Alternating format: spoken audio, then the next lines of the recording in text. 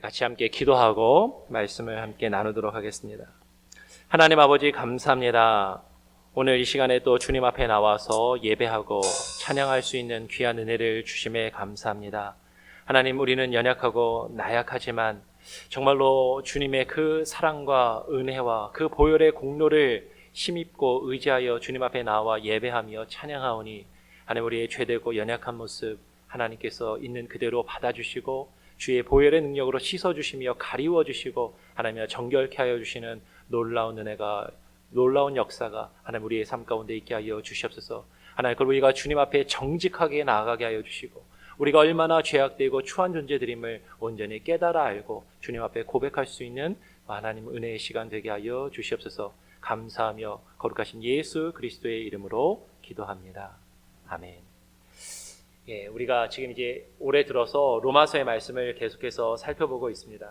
로마서의 말씀을 살펴보면서 로마서가 이제 로마의 교회에 보낸, 로마에 있는 성도들에게 보낸 편지라는 것을 우리가 살펴보며 1장부터 사도 바울이 이 로마서를 그 로마에 있는 교회의 성도들이 열매 맺기를 위하여서, 열매 맺기 위한 그 목적으로 편지를 썼다라고 말씀을 드리고, 그리고 의인은 믿음으로 말미암아 살아야 된다.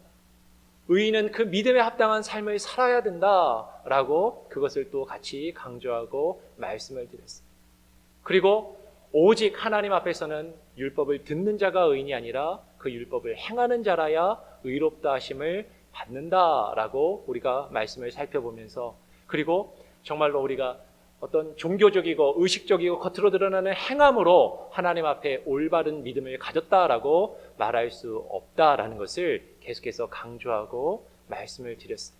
근데 계속해서 이제 그런 말씀을 나누다 보니까 아마 여러분 마음 가운데는 물론 그런 분이 없으시겠지만 혹시라도 이렇게 생각하실 수도 있을 것 같아요. 아니, 계속해서 우리가 똑바로 믿어야 된다, 더 하나님을 바르게 믿어야 된다, 잘못 믿고 있는 것일 수도 있다라고 지금 앞에서 조 목사가 이야기를 자꾸 하는데, 그러면 그 말씀을 지금 앞에서 전하는 조 목사는 똑바로 잘 살고 있느냐? 당신은 그렇게 잘 하나님을 믿고 섬기고 있느냐? 이렇게 어쩌면 되묻고 싶은 마음이 있으실 수도 있을 것 같아요. 전혀 그렇지 않습니다. 제가 감히 앞에 서서 말씀을 비록 전하지만 제가 여러분보다 더 나은 것이 있거나 무언가 더 올바른 모습이 있어서 앞에 서서 결코 말씀을 전하는 것이 아니라 우리가 하나님의 말씀을 그대로, 말씀 그대로 읽어나가고 그 말씀이 우리에게 무엇을 말씀하고 계신지, 우리에게 무엇을 증거하고 계신지를 같이 함께 살펴보며 그것을 증거하기 원하는 것입니다. 오늘 사도 바울도요, 그와 같은 맥락에서 이야기하는 것 같아요. 지금 사도 바울이 계속해서 로마서의 말씀을 쭉 써내려가면서 그 유대인들을 향해서 하나님을 믿는다 하면서도 하나님을 온전히 믿고 있지 않고 하나님의 백성이라고 스스로 자신들을 부르면서도 하나님의 뜻대로 행하지 않고 살고 있지 않은 그 유대인들을 책망하는 그 책망의 말을 들으면서 이제 사도 바울은 나 자신은 그럼 더 나은가? 라고 오늘 로마서 3장 9절에서 이야기합니다. 그러면 어떠하냐? 우리는 나으냐? 결코 아니라 라고 말하는 것을 보게 됩니다. 바울은요, 지금 유대인이나 헬라인이나 다 죄 아래 있다고 우리가 이미 선언하였느니라 라고 말하는 것을 보게 됩니다. 바울이 이 말을 왜 할까? 여러분, 바울은 분명히 알고 있었습니다. 바울이 지금 유대인들을 향해서 하나님을 믿는다라고 이야기하고 하나님의 백성이라고 생각하는 그 사람들을 향해서 지금 그것이 바른 믿음이 아닐 수 있다. 너희들이 하나님을 믿는다 하지만 하나님의 뜻대로 행하지 않고 그 삶을 살아가지 않는 그 모습이 잘못되었다라고 그 책망하며 그것을 바울의 책망에 대해서 반발하는 사람들이 있었다라는 것이죠. 그러면서 너가 그렇게 말하는 바울, 너 자신은 우리보다 더 나은 것이 무엇이냐라고 묻는 사람들이 아마 있었던 것 같아요. 그 사람들에게 바울은 지금 스스로 답하고 있다라는 것입니다. 여러분, 우리는요, 저부터도 그렇고요, 누군가 나의 허물과 나의 잘못을 이야기하면요, 기분이 나빠요. 그리고 누군가 그것이 옳지 않다, 나의 행동이 옳지 않고 그것이 잘못되었다라고 우리에게 그것을 알려주고 그것을 책망하듯이 우리를 질책하면 일단 우리는 반발하기 쉽습니다. 그러면서 우리는 생각하는 것이죠. 그래? 그럼 너는 나보다 나은 게 뭔데? 너는 얼마나 잘났다고 나에게 그런 말을 하느냐라고 우리는 사실 쉽게 나에게 옳은 말을 하는, 내 잘못을 지적하는, 내 허물에 대해서 이야기하는 그 사람들에 대해서 그 잣대를 그들에게 들이대는 것을 보게 됩니다.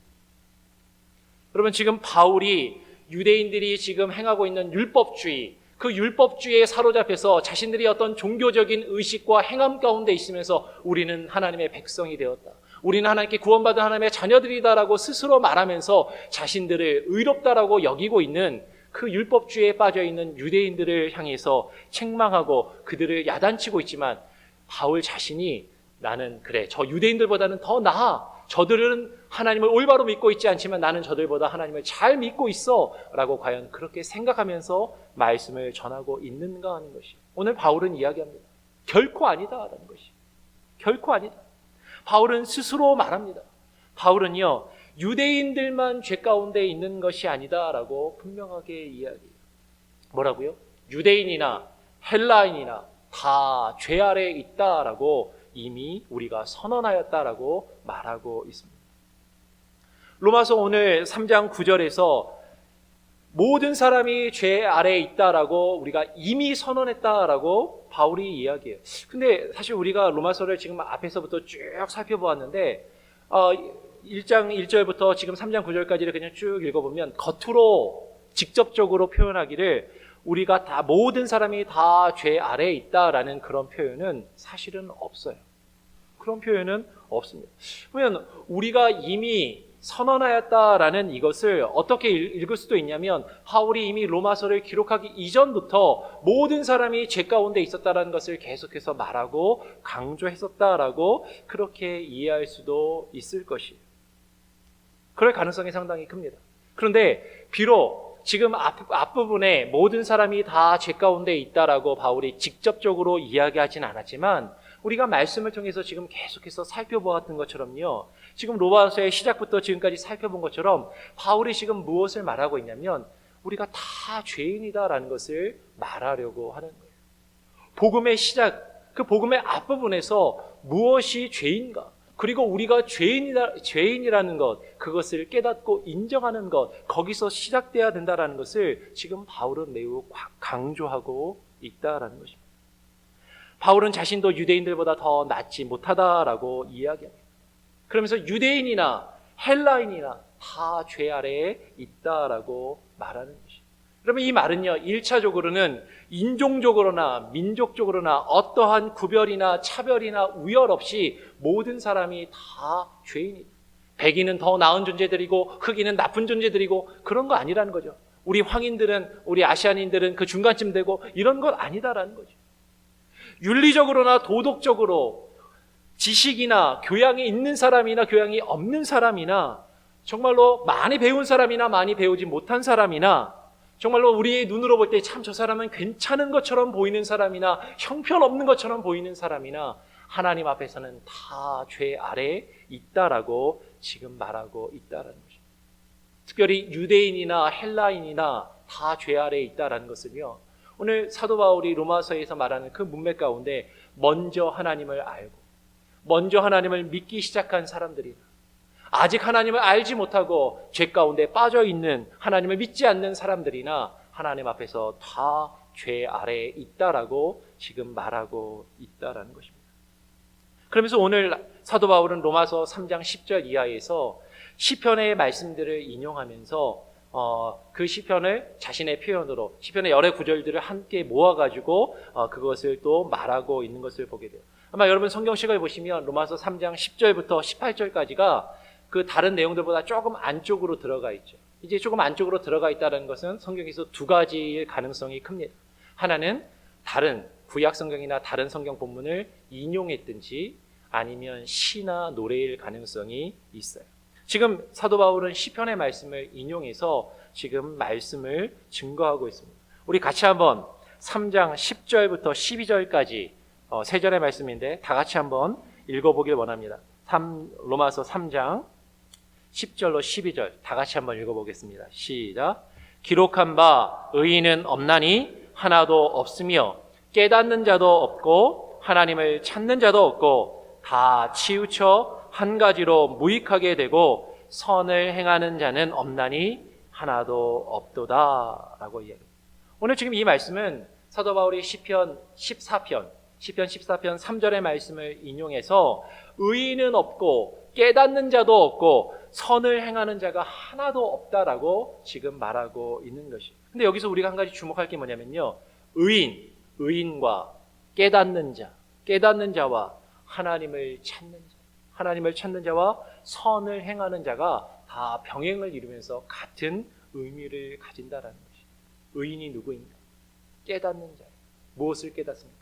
하나님과 하나님의 말씀, 그 뜻을 깨닫는 자. 그 뜻을 깨달아 하나님을 찾는 자. 하나님을 찾고 하나님의 뜻을 구하는 자. 그리고 그 선하신 하나님의 뜻을 행하는 자가 바로 의인이라고 지금 이야기하고 있는 것이에요. 바울이 인용하고 있는 시편 14편 3절을 인용하고 있는데 제가 한번 시편 14편 1절부터 3절까지의 말씀을 한번 읽어보겠습니다. 어리석은 자는 그 마음에 이르기를 하나님이 없다 하도다. 저희는 부패하고 소행이 가증하여 선을 행하는 자가 없도다. 여호와께서 하늘에서 인생을 굽어 살피사 지각이 있어 하나님을 찾는 자가 있는가 보려 하신즉 다 치우쳐 함께 더러운 자가 되고 선을 행하는 자가 없으니 하나도 없다. 하나님께서 지각이 있어 하나님을 찾는 자가 있는가 보시려고 하셨는데 하나도 없다라는 것이에요. 선을 행하는 자가 없고 하나도 없다라고 지금 말합니다. 여러분, 이 말씀을 우리는 잘 생각하고 고민해서 받아들여요. 겉으로는 하나님을 믿는다라고 아무리 말해도요, 그 마음에는 하나님이 없는 것처럼, 하나님이 정말로 내 앞에 계시고 나와 함께 계시고 하나님이 내 안에 계시는 사람이라면 그렇게 살 수 없고 그렇게 행동할 수 없고 말할 수 없을 텐데, 마치 하나님이 없는 것처럼, 하나님이 지금 나와 함께 계시지 않는 것처럼 그렇게 생각하고 그렇게 행동하고 그렇게 말하는 어리석은 사람이 너무나도 많다라는 것이에요. 근데 그 마음에 하나님이 없는 것처럼 사는 사람들, 하나님을 믿는다라고 말할지 모르지만 하나님이 없는 것처럼 살아가는 그 사람들의, 그 어리석은 사람들, 선을 행하지 않는 모습이 과연 어떤 모습인가 하는 것이죠. 오늘 바울은요, 로마서 3장 13절에서 15절의 그 모습에 대해서 말합니다. 저희 목구멍은 열린 무덤이요, 그 혀로는 속임을 베풀며 그 입술에는 독사의 독이 있고 그 입에는 저주와 악독이 가득하고 그 발은 피 흘리는데 빠른지라라고 바울은 이야기합니다. 하나님이 없는 것처럼 살아가는 어리석은 사람들의 그 구체적인 모습이요, 가장 분명하게 드러나는 것은 그 입과 그 혀에 악독이 가득한 모습으로 나타나는 것입니다. 여러분, 하나님을 믿으면요, 예수님을 믿으면 가장 먼저 무엇이 변하는지 아십니까? 우리의 입술이 변하고 우리의 혀가 변하게 되어 있어요. 하나님을 믿는데도 물론 사람에 따라서 그 변화되는 속도나 정도가 다를 수 있겠죠. 그리고 말하는 습관이 사람마다 다를 수 있습니다. 그런데 하나님을 믿는다면서도 나의 말하는 그 습관과 태도가, 그리고 그 표현들이 이전에 하나님을 알지 못할 때의 그 악하던 모습과 그 표현 그대로 남아있다면 우리는 심각하게 고민해 볼 필요가 있다라는 것이에요. 바울이 인용하고 있는 지금 이 부분에서 시편 5편 9절의 말씀은 이렇게 이야기합니다. 저희의 입에 신실함이 없고 저희 심중이 심히 악하며 저희 목구멍은 열린 무덤 같고 저희 혀로는 아첨 하나이다 라고 이야기합니다. 여러분, 하나님이 없는 것처럼 살아가는 그 선을 행하지 않는 어리석은 사람들의 말은요, 악독이 가득하면서도요, 겉으로는 그렇지 않은 척 이야기한다는 거죠. 그들의 입과 말에는 신실함이 없어요. 진실함이 없으면서도 그럴듯하게 이야기하고 듣기 좋은 말을 합니다. 그냥 말만 들으면 맞는 말일 것 같아요. 말만 들으면 옳은 말인 것 같아요. 그런데 그 말에 진실함이 없다는 거죠. 그 말대로 살아가고 행하는 모습이 전혀 없는, 하나님의 뜻을 구하는 모습이 전혀 없다라는 거죠. 말은 그럴듯하지만 그들은 하나님을 찾지도 않는다라는 거죠. 하나님의 뜻이 무엇인지 관심도 없다라는 것이. 그리고 그 뜻을 어떻게 내 삶 가운데 이루어가야 할지 노력하는 모습이 전혀 없는, 하나님을 두려워하지 않는 그런 삶을 살아간다라는 것이. 그런 인생들에게 어떠한 결과와 모습이 있는가? 오늘 바울은 로마서 3장 16절로 18절에 이렇게 이야기합니다. 파멸과 고생이 그 길에 있어. 파멸과 고생이 그 길에 있어 평강의 길을 알지 못하고 저희 눈앞에 하나님을 두려워함이 없는, 저희 눈앞에 하나님을 두려워함이 없느니라 함과 같다라고. 하나님이 없는 것 같이 살아가고 하나님의 뜻을 구하지 않는 어리석은 사람들은요, 그 말과 행동으로 하나님 없는 사람처럼 말하고 행동하면서도 자신들이 그 파멸과 고생의 길을 가고 있다는 것을 깨닫지 못하더라라는 것이. 내가 그대로 계속해서 간다면 죽을 수밖에 없고 하나님의 심판을 받을 수밖에 없다는 것을 알지도 못하고 그 하나님의 심판과 하나님의 그 공의로우심, 하나님의 진노를 두려워하지 않고 그냥 자기 멋대로 살아간다라는 것입니다. 오늘 로마서 3장 16절로 18절의 말씀은 시편 36편의 말씀을 인용한 것으로 보여요. 제가 한번 시편 36편 1절로 3절 말씀을 다시 한번 읽어보겠습니다. 악인의 죄열이, 우리 새성경에는 악인의 죄악이 내 마음에 이르기를 그 목전에는 하나님을 두려워함이 없다 하니 저가 스스로 자랑하기를 자기 죄악이 드러나지 아니하고 미워함을 받지도 아니하리라 함이로다. 그 입의 말은 죄악과 계율이라 지식과 선행을 그쳤도다라고 이야기합니다. 여러분, 스스로 자신을 자랑해요. 스스로 자랑하고 자신은 잘못이 없다라고 생각하는 것입니다. 난 잘못한 게 없어.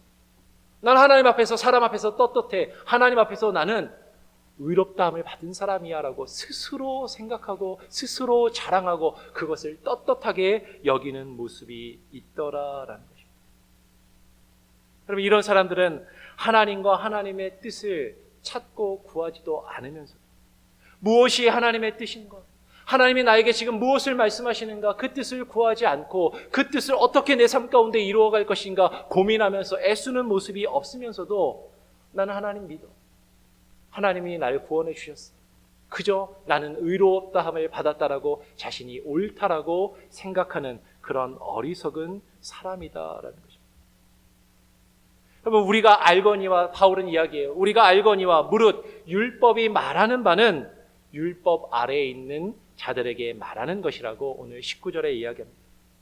그리고 이어서 19절에 이는 모든 입을 막고 온 세상으로 하나님의 심판 아래 있게 하려 함이다라고 이야기합니다. 바울이 지금 무엇을 이야기하려고 하는지 우리는 여러분 잘 생각해서 들으셔야 돼요. 바울이 지금 이 율법이 말하는 바는 율법 아래에 있는 자들에게 말하는 것이다 라고 이야기합니다. 그 중요한 게 뭐예요? 그러면 누가 율법 아래에 있는가 하는 것이. 누가 율법 아래에 있는가? 일반적으로 많은 사람들이 로마서를 읽고 성경을 읽으면서요, 율법 아래에 있는 자들이 누구인가 라고 생각할 때, 율법 아래에 있는 자들은 율법주의에 사로잡혀 있는 저 유대인들과 바리새인들, 저 유대인과 바리새인과 같은 사람들, 그 사람들이 율법 아래에 있는 자들이다라고 쉽게 생각합니다. 그래서 율법주의에 사로잡혀서 구약의 제사의 의식과 율법의 형식만을 강조하고 외식하고, 그죠? 외식하는 자들, 겉과 속이 다른 자들, 그런 자들을 향하여 이 율법이 말씀하고 이 율법의 저주가 저들에게 속한 것이다라고 생각해요. 그래서 지금 이 율법이 말하고 있는 하나님의 진노하심과 하나님의 심판과 하나님의 저주는 저 율법주의자들에게 말하는 것이니까 나하고는 상관이 없다라고 생각합니다. 왜? 나는 하나님을 잘 믿고 있습니다. 나는 하나님을 믿는 사람이니까. 나는 구원받은 사람이니까 라고 그렇게 생각하기 때문에. 그런데 오늘 말씀을 다시 한번 잘 보십시오. 바울이 뭐라고 이야기해요? 율법 아래에 있는 자들에게 말하는데요, 그 율법 아래에 있는 자들이 누구입니까? 모든 입, 곧 모든 사람이 다 율법 아래에 있다라고 지금 말하고 있다라는 것입니다. 율법이 말하는 바는요, 율법 아래에 있는 자들에게 말하는 것인데요. 율법이 말하는 바가 율법 아래에 있는 자들에게 말하는 것인데 바로 이어서 바울이 뭐라고 이야기합니까? 모든 입을 다 막기 위함. 모든 입을 막기 위함. 지금 이 모든 입은 조금 더 읽어 내려가면 온 세상을 말하는 것이죠. 온 세상. 온 세상은 모든 사람, 온 세상에 속해 있는 모든 사람이 율법 아래에 있다는 것입니다. 여러분, 모든 사람, 온 세상에 있는 모든 사람은요, 저와 여러분도, 나 자신도 포함된다라는 것을 우리는 알아야만 해요. 의문을 가진 유대인이나, 기록된 율법을 가진 유대인이나, 먼저 하나님의 말씀을 받고 하나님을 믿는다 하고 하나님의 백성이 되었다라고 생각하는 유대인들이나, 그렇지 않은 하나님의 말씀을 알지도 못하고 받지도 못하고 아직 믿지도 않고 있는 저 이방인인 헬라인들이나 다 율법 아래에서는 율법이 말하는 그 죄 아래에 있다라고 지금 성경은 말하고 있는 것이죠. 지금 그러면 바울이 말하는 것, 바울이 지금 말하고 있는 율법이 우리에게 증거하고 있는 것은 무엇인가? 이는 모든 입을 막고 온 세상으로 하나님의 심판 아래 있게 하려 함이다라는 것입니다. 온 세상에 있는 모든 사람이 율법 아래에서 죄인이라는 것이 분명하다라는 것입니다. 모든 사람, 나는 빼고가 아니라, 저들만 죄인이라는 것이 아니라 하나님 앞에서는 율법 아래에서 모두가 다 죄인이라는 것을 지금 성경이 우리에게 증거한다라는 것입니다. 비록 이 세상의 법이나 윤리적으로나 도덕적인 기준에서는요, 그래도 좀 괜찮은 사람이야. 내가 뭐가 죄이냐? 나 이 정도 살면 괜찮게 사는 거지. 이 정도 살면 선하게 사는 거지. 이 정도 지금 신앙생활하고 있으면 잘 믿는 거지라고 우리는 스스로 생각할지 모르지만, 우리는 다 율법 아래에서, 하나님의 말씀의 빛 아래에서는 다 죄인이다라는 것입니다. 모든 사람이 율법 아래에서 죄인이기 때문에 결국에는 하나님의 심판 아래에 있게 된다는 것이죠. 그 어느 누구도 하나님의 심판을 피할 수 없다라는 거죠. 오늘 많은 사람들이 하나님의 심판이, 하나님의 그 진노가 나 자신과는 상관이 없다라고 생각해요.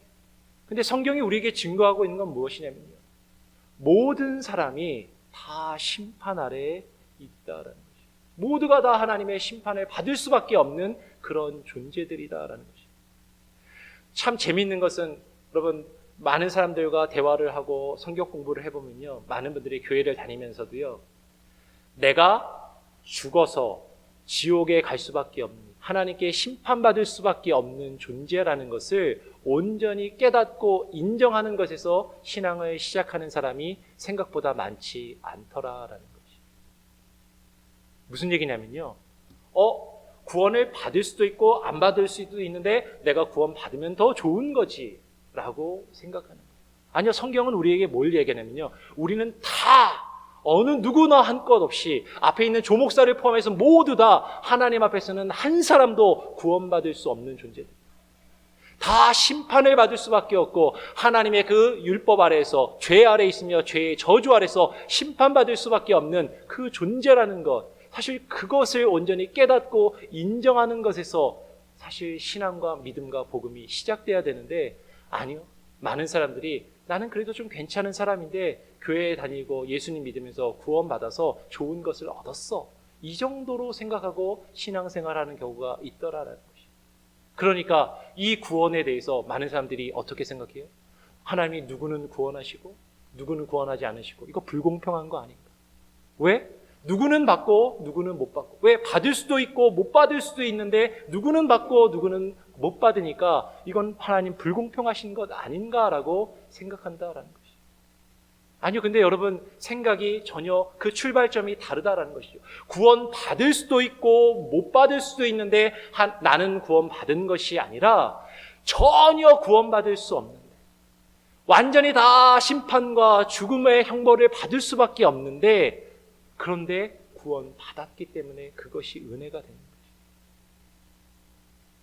내가 구원 받을 수도 있는 존재여서 하나님이 나를 구원해 주신 것이 아니라, 내가 심판 안 받을 존재인데 하나님이 나를 구원해 주신 것이 아니라 나는 심판받을 수밖에 없는, 죽어서 하나님의 그 심판대 앞에 쓸 수밖에 없는 존재인데 하나님이 나를 구원해 주셨기 때문에 그것이 은혜가 되는 것이죠.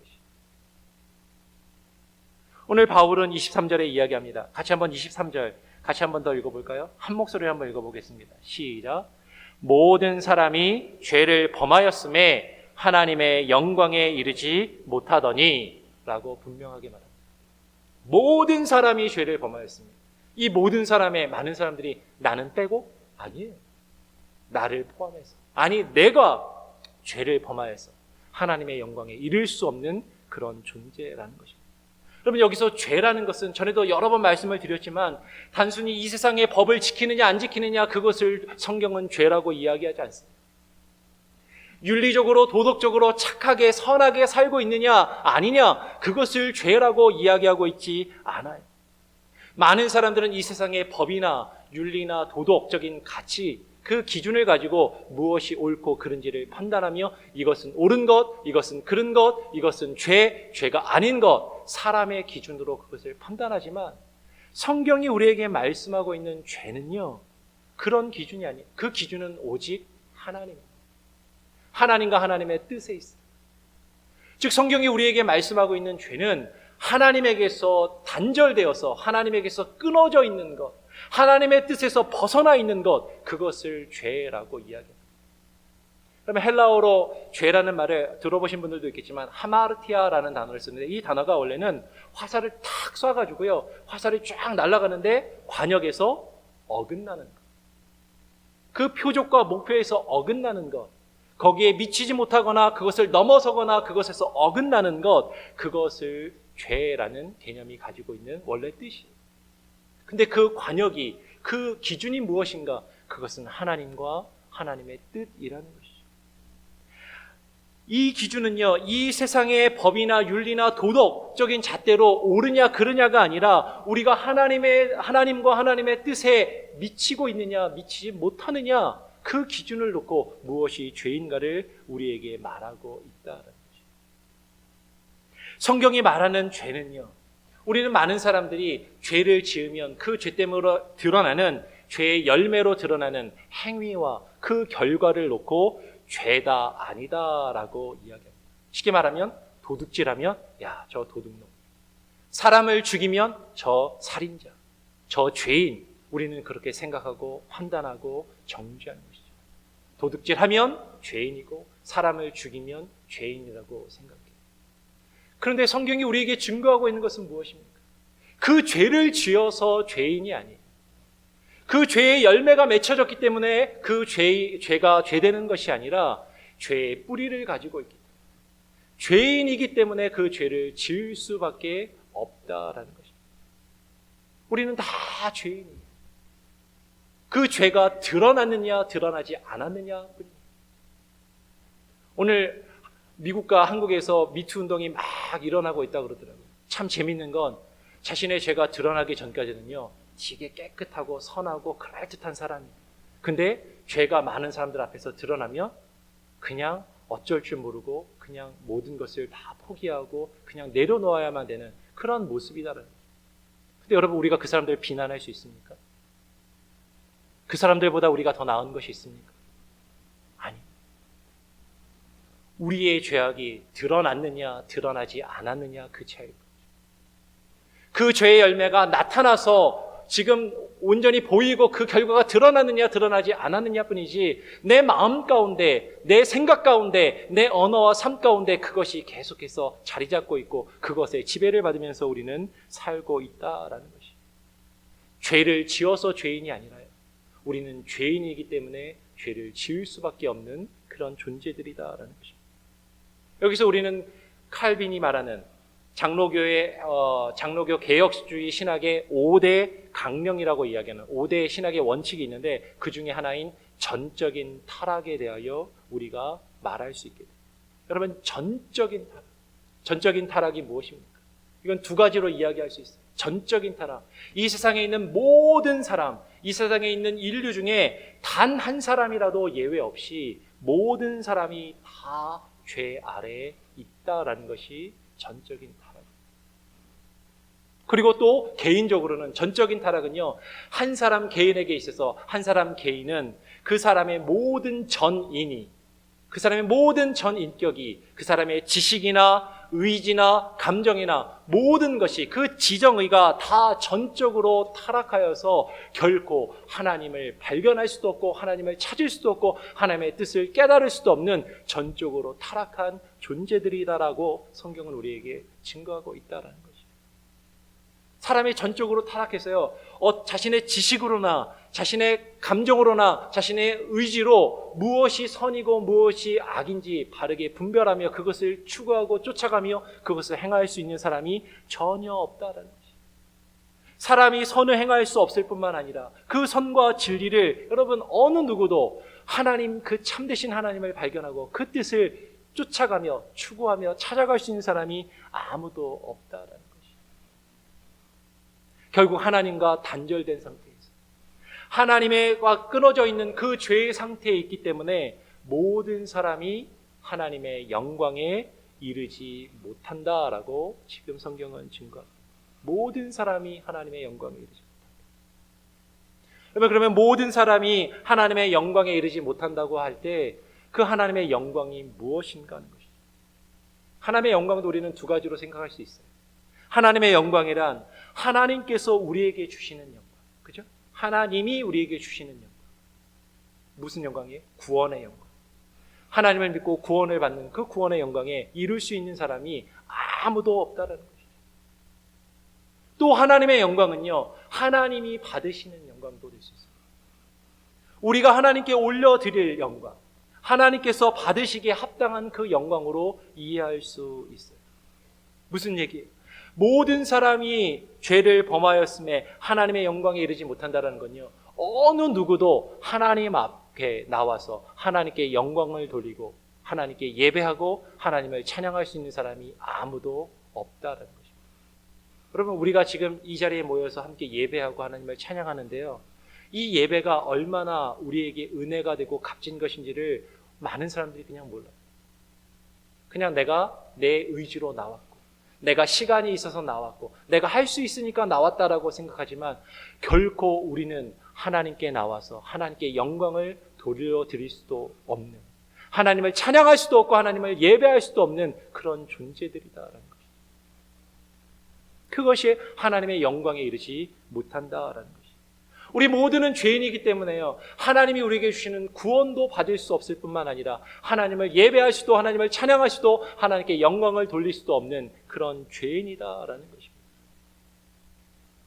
그럼 어쩌라고요, 목사님? 그럼 뭐가 답입니까?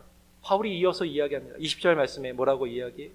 20절 말씀에 그러므로 율법의 행위로 그 앞에 의롭다 하심을 얻을 육체가 없나니 라고 선포하며 증거하는 것입니다.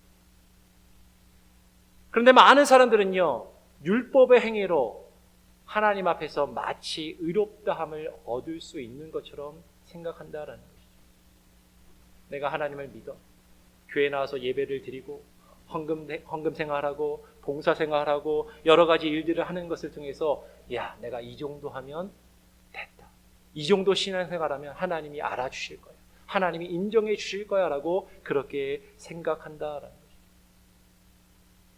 그래서 나는 믿음이 좋고 나는 괜찮은 사람이고 하나님 앞에서 이 정도 했으면 하나님이 인정해 주시겠지라고 그렇게 생각할지 모르지만 결코 어느 누구도 우리가 우리의 모습과 우리의 행함과 우리가 하나님 앞에서 신앙생활하고 있는 그것으로 하나님 앞에서 이 정도면 됐죠 라고 말할 수 있는 사람이 아무도 없다라는 것이에요. 그러면 우리가 왜 성경을 배우고 신앙생활을 합니까? 그러면 율법에는 몇 가지 기능이 있어요. 그 율법의 제일 먼저 되는 기능이 무엇이냐면 오늘 바울이 로마서에서 이야기하고 있는 것처럼 율법으로는 죄를 깨달음이다라고 말합니다. 율법으로는 죄를 깨닫는 것입니다. 우리가 하나님의 말씀을 듣고 하나님의 말씀을 배우고 우리가 예배 때마다 앞에 서서 부족한 사람이지만 앞에 서서 설교를 통해서 말씀을 증거하는 그 이유는요, 그 죄를 깨닫기 위한, 하나님 앞에서 우리가 얼마나 연약한 존재들인 것을 날마다 깨닫고 인정하며 나아가기 위한 것이에요. 그래서 나의 힘과 노력으로는 결코 하나님 앞에서 의로워질 수 없고 하나님께 나아갈 수 없고 하나님께서 우리에게 주는 그 영광을 받을 수도 하나님께 영광을 올려드릴 수도 없다라는 것을 온전히 깨닫는 것에서 우리가 시작하고 그것을 날마다 깨닫고 인정하기 위해서 우리가 말씀을 듣고 배우는 것입니다.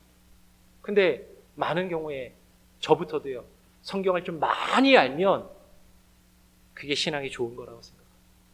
성경을 많이 알고 있으면 그 지식이 나를 구원해 줄 것처럼 그렇게 생각하는 경우가 많이 있습니다. 아까 대표 기도 때 아까 서영 장로님도 기도하신 것처럼 그러면 우리가 성경을 많이 아는 그 지식, 그러면 바른 지식은 정말로 필요하고 중요한 것입니다. 근데 그 지식 자체가 우리를 구원해 주지는 않는다라는 것입니다. 그 지식이 우리에게 주는 그 의미는 우리가 하나님 앞에 철저하게 죄인이라는 것을 날마다 깨닫고 인정하며 나가도록 하는 것이. 그래서 나의 힘과 노력으로는 도저히 하나님 앞에 구원받을 수 없는 존재이기 때문에 나의 힘으로는 아무것도 할 수 없기 때문에 하나님이 어떻게 하셨어요? 오늘 말씀해 보니까 이제 그 율법 외에 하나님의 한 의가 나타났습니다. 율법 외에 하나님의 한 의가 나타났으니 곧 예수 그리스도를 믿음으로 얻는 하나님의 의를 우리에게 허락하여 주신다라는 것입니다. 우리는 스스로 하나님 앞에서 의롭다 하심을 얻을 수 없는 존재들이기 때문에 예수 그리스도가 필요합니다. 내가 구원 받을 수도 있고 구원 안 받을 수도 있고 내가 선택할 수 있는, 내가 그것을 결정할 수 있는 그런 존재인데 내가 예수님을 믿어서 구원받는 게 아니라요. 나는 도저히 구원받을 수 없는, 전적으로 타락해서 죽을 수밖에 없고 나는 하나님의 심판을 받을 수밖에 없는 존재이기 때문에, 나는 아무것도 할 수 없기 때문에 예수 그리스도가 나에게 필요하다는 것을 깨닫고 그 예수 그리스도에게로 우리가 나아갈 수 있도록, 그 예수님을 찾고 그 예수님께로 나아가도록 인도해 주는 것이 바로 율법의 기능이고 역할이다라는 것입니다. 바울은 그것을 갈라디아서에서 몽학 선생이라고 이야기했습니다. 율법은 우리를요, 예수 그리스도에게로 인도해 주는 몽학 선생과도 같은, 어린아이를 그 손을 잡고 학교로 인도해 주는 가정교사와도 같은 그런 역할을 하는 것이 율법의 기능이다라는 것입니다. 우리가 이제 앞으로 다음 주부터 해서 그 예수 그리스도를 통해서 우리가 어떻게 구속과 그 은혜를 받는지 좀 더 구체적으로 살펴볼 것입니다. 그런데요, 여러분, 오늘 말씀의 핵심은 그 전에 우리는요, 내가 하나님 앞에서 죄인이라는 것을 확실하게 분명하게 깨닫고 인정하는 것에서 시작되어야만 한다라는 것입니다. 우리는 하나님 앞에서 그저 의롭다 하심을 얻은 죄인들이라는 것을 알아요. 많은 분들이 헷갈려하는 게 뭐예요? 나 예수님 믿는데요, 예수님 영접하고 나는 예수님한테 구원받았는데, 내가 하나님께 의로움을 받은 하나님의 자녀가 되었는데. 맞습니다. 여러분이 예수님을 믿고 예수님을 마음속에 영접하고 예수님을 구주로 믿고 살아간다면 하나님이 여러분을 의롭다 인정해 주세요. 그런데 하나님이 우리에게 의롭다고 인정해 주시는 것이지 우리가 죄인이 아니다라는 것은 아니에요. 우리가 하나님께 의롭다함을 인정을 받았음에도 불구하고 여전히 우리는 하나님 앞에 죄인된 모습으로 부끄럽게 설 수밖에 없다라는 것이죠. 그런데 우리는 그것을 자꾸 잃어버리면서 살아요. 처음 하나님을 믿고 하나님을 경험했을 때는 너무나도 내 죄가 커서 그 죄를 용서해 주신 것을, 그 은혜의 감격을 가지고 살아왔는지 모르는데 어느 순간에 내가 죄인이라는 것은 새카맣게 잊어버렸어요. 그리고 나는 구원받은 의인이에요. 그리고 내가 구원받은 의인으로서 하나님 믿는 사람으로서 이 정도 신앙생활하고 이 정도 해왔으면 하나님이 알아주시겠지. 아니요. 어느 것도 하나님 앞에서 그렇게 우리가 요구하며 내어 밀 수 있는 것이 아무것도 없다라는 것이. 마지막으로 성경 말씀 한 군데 읽고 말씀을 정리하겠습니다. 요한 1서 1장 8절부터 10절까지, 요한 1서 1장 8절로 10절.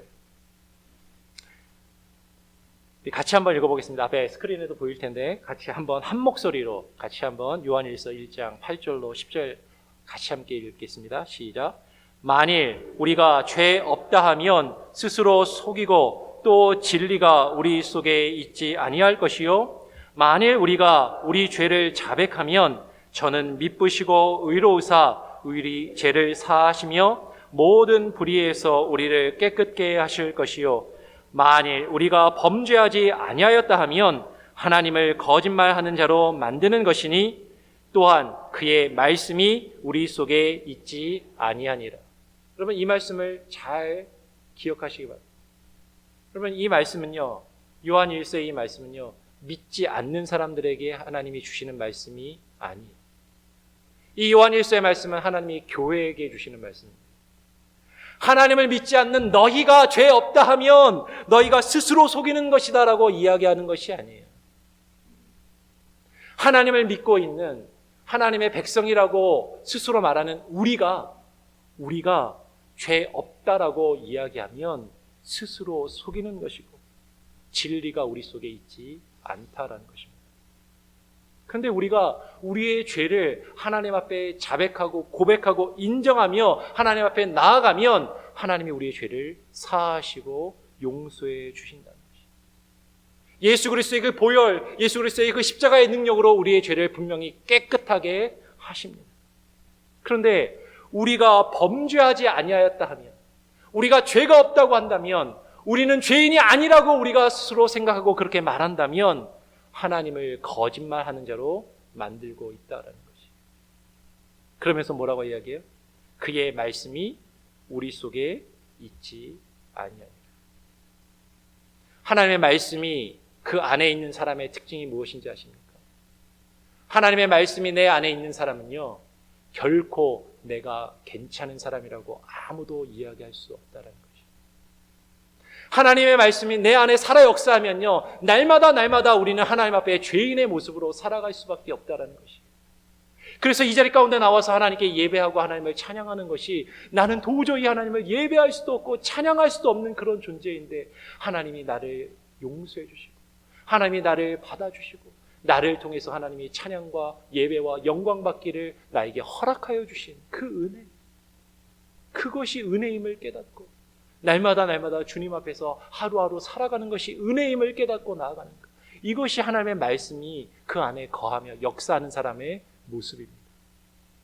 그런데요, 바꿔서 말하면 아무리 신앙생활 오래 한 것 같고 아무리 교회에서 여러 가지 일들을 많이 한 것 같고 많은 봉사를 하고 또 헌금생활도 열심히 하는 것처럼 보여도 나는 괜찮은 사람, 내가 이 정도 교회에서 봉사하고 이 정도 신앙생활하고 헌금생활하고 이 정도 했으면 하나님도 알아주시겠지, 많은 사람들이 이 정도는 인정해줘야지라고 스스로 생각한다면 분명하게 성경은 우리에게 이야기합니다. 그 사람 안에는 하나님의 말씀이 없는 거예요. 하나님의 말씀이 그 안에 살아 역사하고 있지 않은 거예요. 그것이 바로 율법주의입니다. 그것이 바로 바리새인의 모습입니다. 바리새인들은 그렇게 기도하는 것이죠. 하나님, 저를 저 세리와 같지 않게 하심을 참 감사합니다.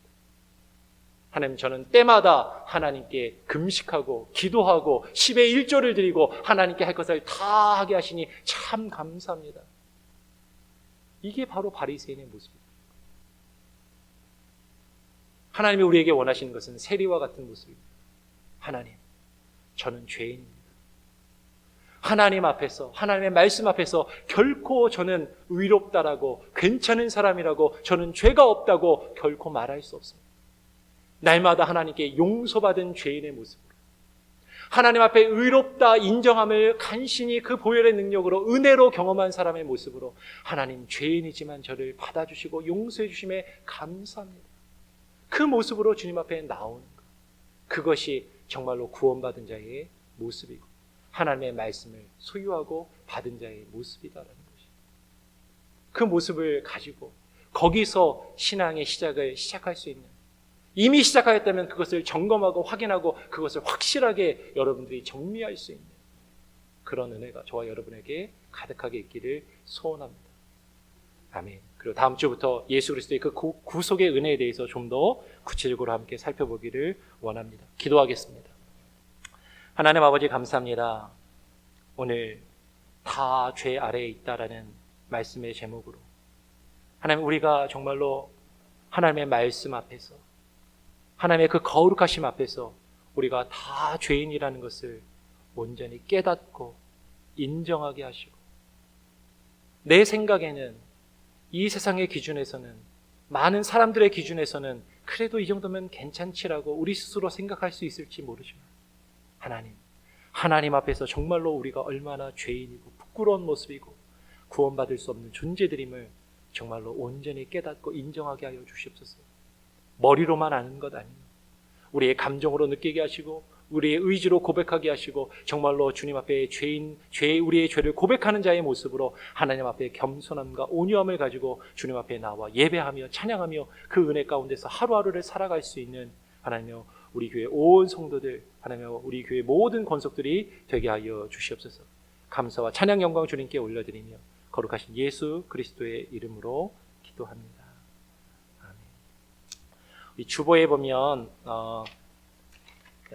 아침의 주의 인자하심을 이라는 찬양이 있습니다. 원래 지난주에 불렀던 찬양이랑 약간 다른 찬양인데요.